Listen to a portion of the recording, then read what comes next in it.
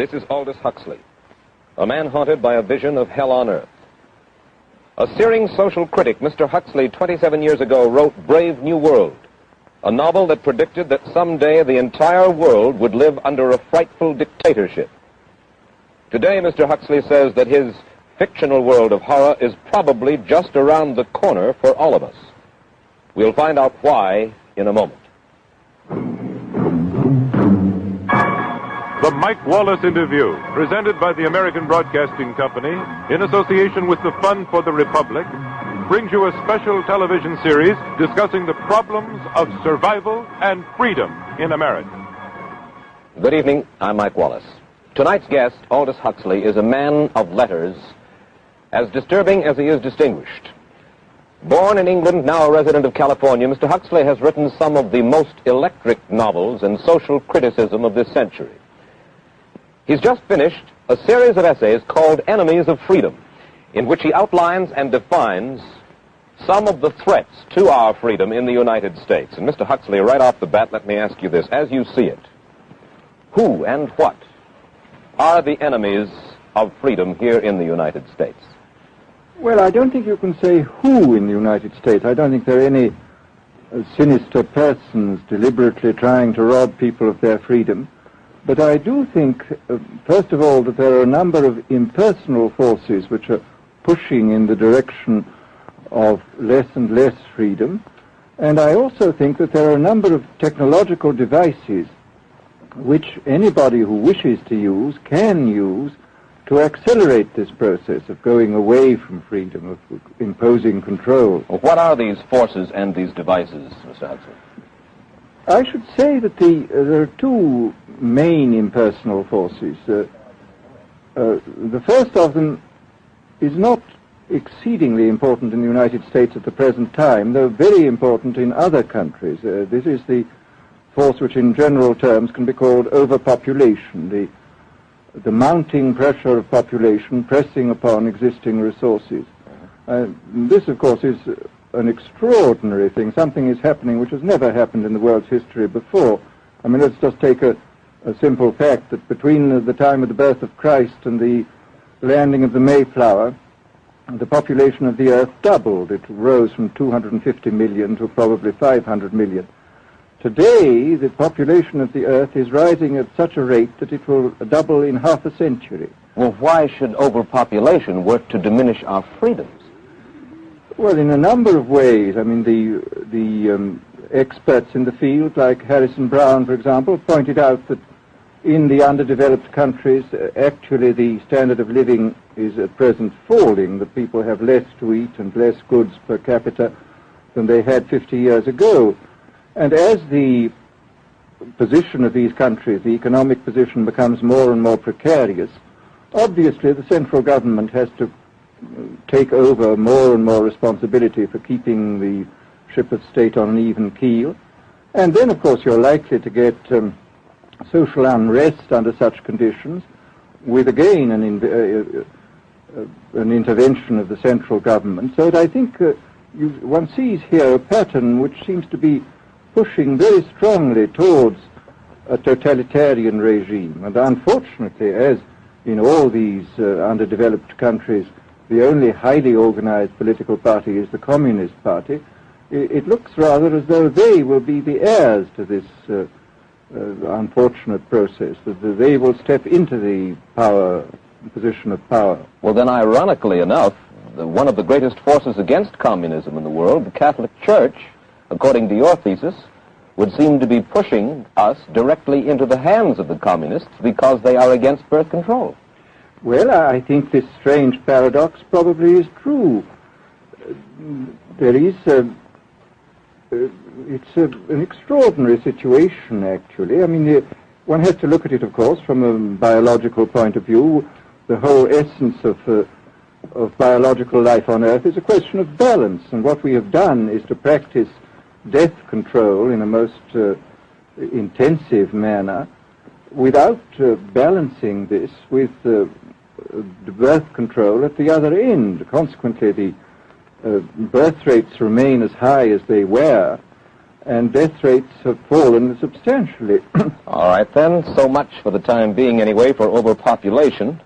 Another force that is diminishing our freedoms. Well, another force which I think is very strongly operative in this country is the force of what may be called over-organization. As technology becomes more and more complicated, it becomes necessary to have more and more elaborate organizations, more hierarchical organizations.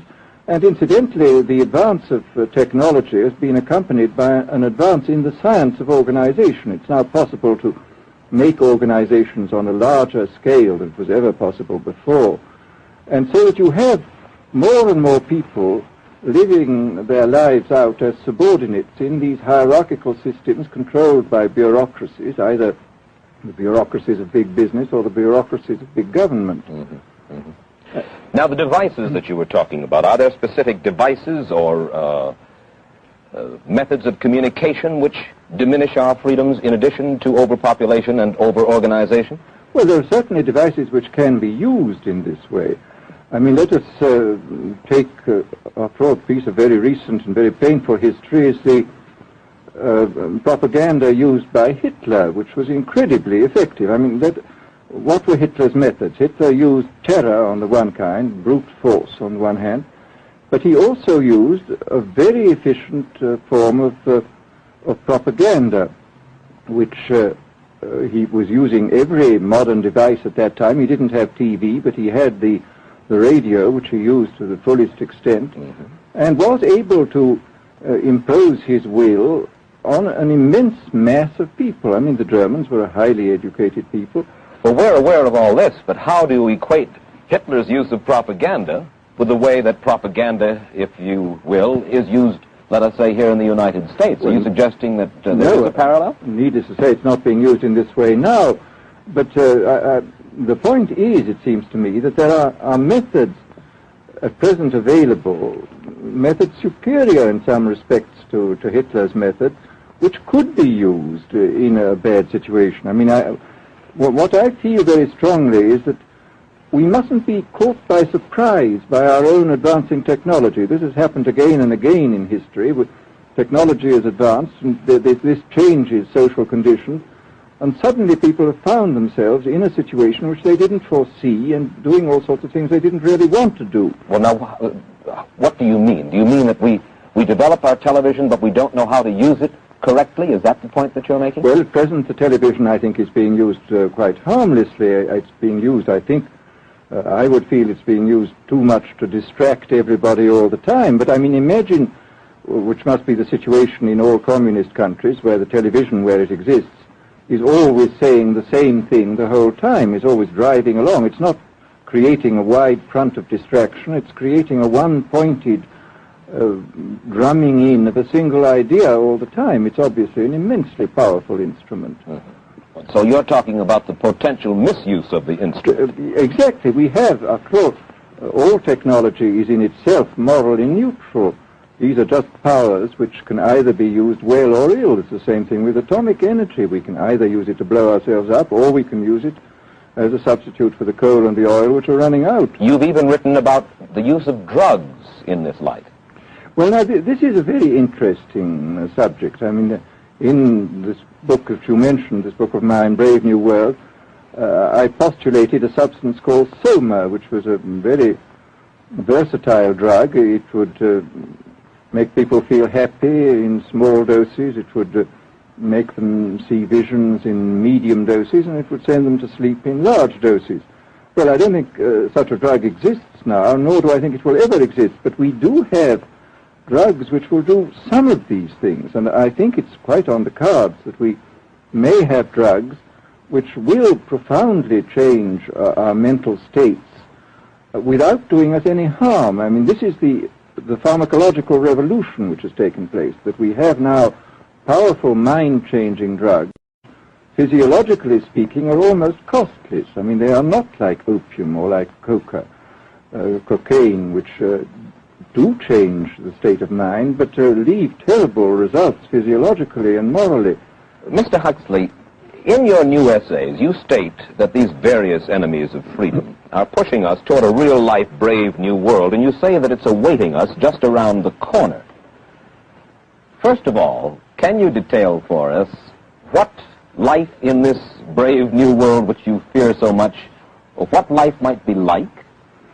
Well, to start with, I think this kind of the dictatorship of the future, I think will be very unlike the dictatorships which we've been familiar with in the immediate past.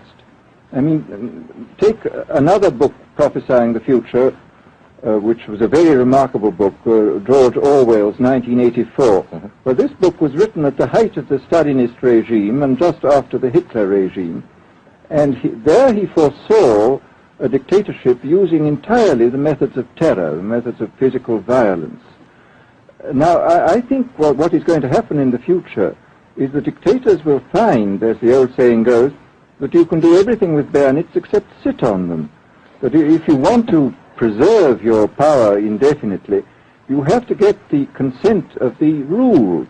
And this they will do partly by drugs, as I foresaw in Brave New World, partly by these new techniques of propaganda. They will do it by bypassing the sort of rational side of man and appealing to his subconscious and his deeper emotions and his physiology even, and so making him actually love his slavery. I mean, I think this is the danger, that actually people may be in some ways happy under the new regime, but they will be happy in a situation where they oughtn't to be happy. But let me ask you this. You're talking about a world that could take place within the confines of a totalitarian state. Let's become more immediate, more urgent about it. We believe, anyway, that we live in a democracy here in the United States. Do you believe that this brave new world that you talk about could, let's say, in the next quarter century, the next century, could come here to our shores? I think it could. I mean, that's why I feel it's so extremely important here and now to start thinking about these problems, not to let ourselves be taken by surprise by the new advances in technology. I mean, for example, in regard to the use of the drugs, we know there's enough evidence now for us to be able, on the basis of this evidence and using a certain amount of creative imagination, to foresee the kind of uses which could be made by people of bad will with these things, and to attempt to forestall this. And in the same way, I think with these other methods of propaganda, we can foresee and we can do a good deal to forestall. I mean, after all, the price of freedom is eternal vigilance. You write in Enemies of Freedom, you write specifically about the United States. You say this, writing about American political campaigns. You say, all that is needed is money and a candidate who can be coached to look sincere. Political principles and plans for specific action have come to lose most of their importance. The personality of the candidate, the way he is projected by the advertising experts, are the things that really matter. Well, this is, during the last campaign, there was a great deal of this kind of statement by the advertising managers of the campaign parties, this idea that the candidates had to be merchandised as though they were soap or toothpaste, and that you had to depend entirely on the personality. I mean, the personality is important, but there are certainly people with an extremely amiable personality, particularly on TV, who might not necessarily be very good in positions of political trust. Well, do you feel that men like Eisenhower, Stevenson, Nixon, with knowledge of forethought, were trying to pull the wool over the eyes of the American public? No, but they were being advised by powerful advertising agencies who were making campaigns of a quite different kind from what had been made before. And I think we shall see probably all kinds of new devices coming into the picture. I mean, for example, this thing which got a good deal of publicity last autumn, subliminal projection. I mean, as it stands, this thing, I think, is of no menace to us at the moment. But I was talking the other day to one of the people who has done most experimental work in the psychological laboratory with this, who was saying precisely this, that it is not at the moment a danger, but once you've established a principle that something works, you can be absolutely sure that the technology of it is going to improve steadily. And his view of the subject was that, well, maybe they will use it to some extent in the 1960 campaign, but they will probably use it a good deal and much more effectively in the 1964 campaign, because this is the kind of rate at which technology advances. And we'll be persuaded to vote for a candidate that we do not know that we are being persuaded to vote for. Exactly. I mean, this is a rather alarming feature, that you're being persuaded below the level of choice and reason.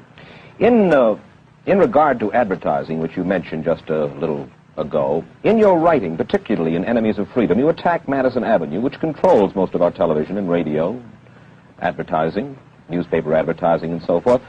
Why do you consistently attack the advertising agency? Well, no, I think that advertisement plays a very necessary role, but the danger, it seems to me, in a democracy is this. I mean, what does a democracy depend on? A democracy depends on the individual voter making an intelligent and rational choice for what he regards as his enlightened self-interest in any given circumstance. But what these people are doing, I mean, what both for their particular purposes, for selling goods, and the dictatorial propagandists are doing, is to try to bypass the rational side of man and to appeal directly to these unconscious forces below the surface, so that you are, in a way, making nonsense of the whole democratic procedure, which is based on conscious choice on rational grounds. Of course, well, maybe you have just answered this next question, because in your essay you write about television commercials, not just political commercials, but television commercials as such, and how, as you put it, today's children walk around singing beer commercials and toothpaste commercials, and then you link this phenomenon in some way with the dangers of a dictatorship. Now, could you spell out the connection, or how do you feel that you have done so sufficiently? Well, I mean, here, this whole question of children, I think, is a terribly important one, because children are quite clearly much more suggestible than the average grown-up. And again, suppose that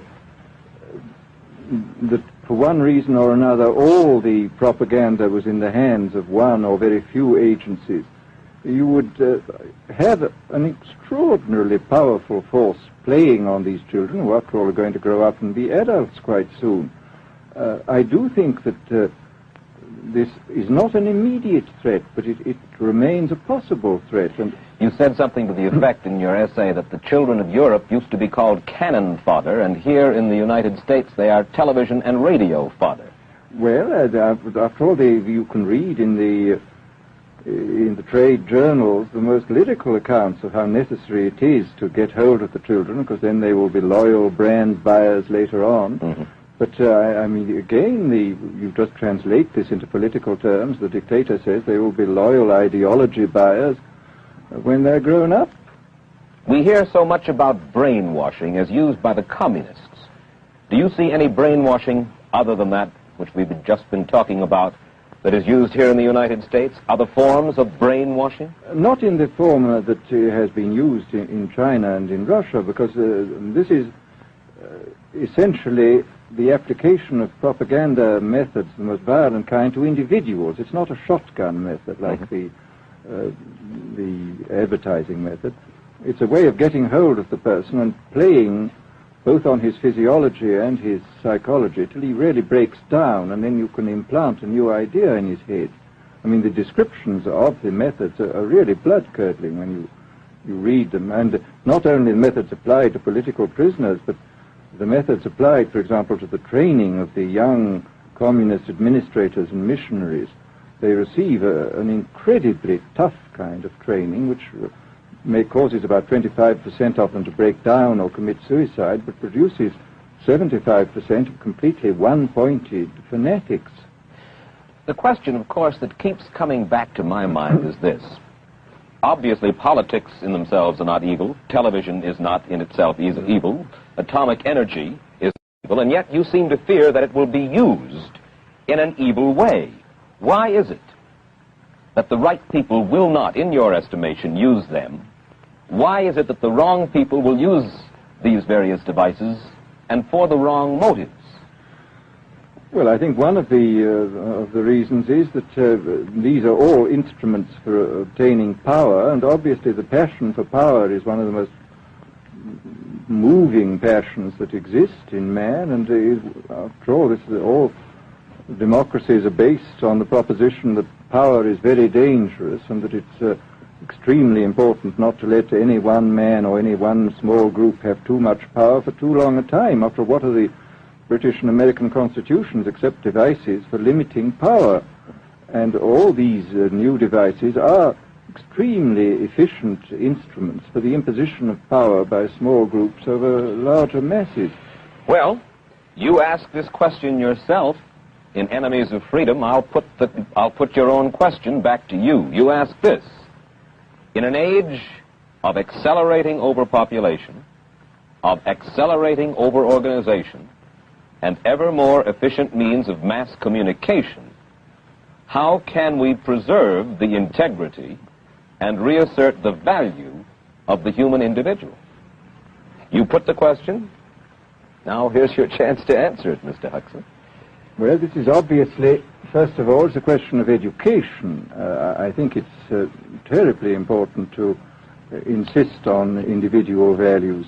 I mean, there is a tendency, as you probably read a book by White, The Organization Man, a very interesting, valuable book, I think, where he speaks about the new type of group morality, group ethic, which speaks about the group as though the group was somehow more important than the individual.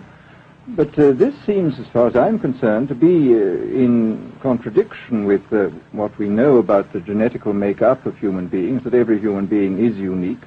And it is, of course, on this genetical basis that the whole idea of the value of freedom is based. And I think it's extremely important for us to stress this in all our educational life. And I would say it's also very important to teach people to be on their guard against the sort of verbal booby traps into which they're always being led, to analyze the kind of things that are said to them. Well, I think there is this whole educational side, and I think there are many more things that one could do to strengthen people and to make them more aware of what was being done. You're a prophet of decentralization. Well, yes, if this is feasible. It's one of the tragedies, it seems to me. I mean, many people have been talking about the importance of decentralization in order to give back to the voter a sense of direct power. I mean, the voter in an enormous electorate feels quite impotent, and his vote seems to count for nothing. This is not true where the electorate is small and where he is dealing with a group which he can manage and understand. And if one can, as Jefferson, after all, suggested, break up the units into smaller and smaller units, and so get a real self-governing democracy. Well, that was all very well in Jefferson's day, but how can we revamp our economic system and decentralize, and at the same time meet militarily and economically the tough challenge of a country like Soviet Russia? Well, I think the answer to that is that there are, it seems to me that industrial production is of two kinds. I mean, there are some kinds of industrial production which obviously need the most tremendously high centralization, like the making of automobiles, for example. But there are many other kinds where you could decentralize quite easily and probably quite economically, and that you would then have this kind of decentralized life. After all, you begin to see it now if you travel through the South, this decentralized textile industry which is springing up there. Mr. Huxley, let me ask you this, quite seriously. Is freedom necessary? As far as I'm concerned, it is, yes. Why? Is it necessary for a productive society? Yes, I should say it is. I mean, a genuinely productive society. I mean, I think you could produce plenty of goods without much freedom, but I think the whole sort of creative life of man is ultimately impossible without a considerable measure of individual freedom, that initiative, creation, all these things which we value, and I think value properly, are impossible without a large measure of freedom. Well, Mr. Huxley, take a look again at the country which is in the stance of our opponent anyway it would seem to be there, Soviet Russia. It is strong and getting stronger economically, militarily. At the same time, it's developing its art forms pretty well. It seems not unnecessarily to squelch the creative urge among its people, and yet it is not a free society. It's not a free society, but here is something very interesting, that those members of the society, like the scientists who are doing the creative work, are given far more freedom than anybody else. I mean, it's a privileged aristocratic society in which, provided that they don't poke their noses into political affairs, these people are given a great deal of prestige, a considerable amount of freedom, and a lot of money. I mean, this is a very interesting fact about the new Soviet regime, and I think what we're going to see is a people on the whole with very little freedom, but with an oligarchy on top enjoying a considerable measure of freedom and a very high standard of living. And the people down below, the epsilons down below, enjoying very little. And you think that that kind of situation can long endure? I think it can certainly endure much longer than a situation in which everybody is kept down. Because, I mean, they can certainly get their technological and scientific results on such a basis. Well, the next time that I talk to you then, perhaps we should investigate further the possibility of the establishment of that kind of a society, where the drones work for the queen bees up above. Well, but yes, but I must say I still believe in democracy. If we can make the best of the creative activities of the people on top, plus those of the people on the bottom, so much the better. Mr. Huxley, I surely thank you for spending this half hour with us, and I wish you Godspeed, sir. Thank you. Aldous Huxley finds himself these days in a peculiar and disturbing position. A quarter of a century after prophesying an authoritarian state in which people were reduced to ciphers, he can point at Soviet Russia and say, "I told you so." The crucial question, as he sees it now, is whether the so-called free world is shortly going to give Mr. Huxley the further dubious satisfaction of saying the same thing about us. Stay tuned for a preview of next week's interview. Till then, Mike Wallace, good night.